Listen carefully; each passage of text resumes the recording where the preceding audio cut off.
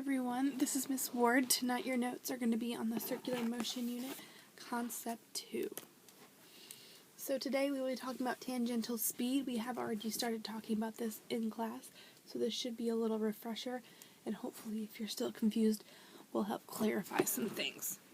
So when moving in a circle, at any moment you're moving in a direction that is tangential to the circular path. Recall we talked about this when discussing the merry-go-round example. At any given point you're feeling like you're being pulled off the merry-go-round. In that case you're being pulled off the merry-go-round in a direction that's tangential. So if this is our merry-go-round, you constantly feel yourself wanting to be pulled off of it, in a tangent. If the merry-go-round was to stop at any given moment, you would in fact fly off in that direction. To find your tangential speed, you divide the distance corresponding to the circumference of the circular path. So the distance, or your circumference, of a circle is 2 pi r. That's how you find your circumference of the circle. You divide that by the time it takes to complete one circuit, which is the period of the circle.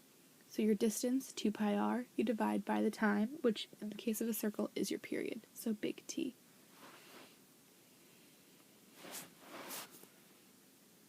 Here is that shown. So velocity we know, just as any time is given in distance over time. Alright, in a circle, the distance is the circumference, so 2 pi r, and then the time is your period T. Alright, that's shown simplified into radius times 2 pi over your period.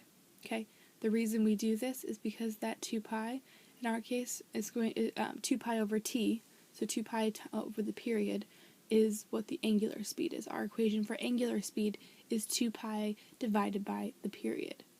So essentially, tangential speed or tangential velocity is the radius of the circle times your angular speed. If you have your angular speed and you have your radius, you have your tangential speed. You can also use the longer version of the equation, your tangential velocity equaling 2 pi r over your period. So here's a quick example. A CD is playing, and to work properly it must spin at a constant tangential speed of 1.25 meters per second. What angular speed must a CD have when the laser beam is shining on the disc at A, 2.5 centimeters, and B, 6 centimeters from the center of the axis of rotation? All right.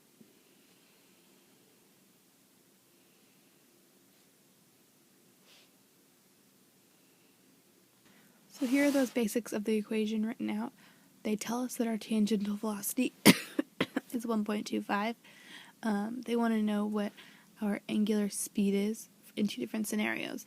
One when the radius is 2.5, the other when the radius is 6. So all we have to do is plug these things in. However, you should hopefully notice that these two numbers are given in centimeters, while up here we're in meters. That means we have to do what we love to do so well. Convert. Alright? And so in order to convert, all you have to do is take centimeters and move them into meters. To do that, you could do our train tracks method if you would like. So if I wanted to use my train track method, all I would do is I would say if there's 2.5 centimeters, and I know that there are 100 centimeters in 1 meter, how many meters are there? And you would get 0.025.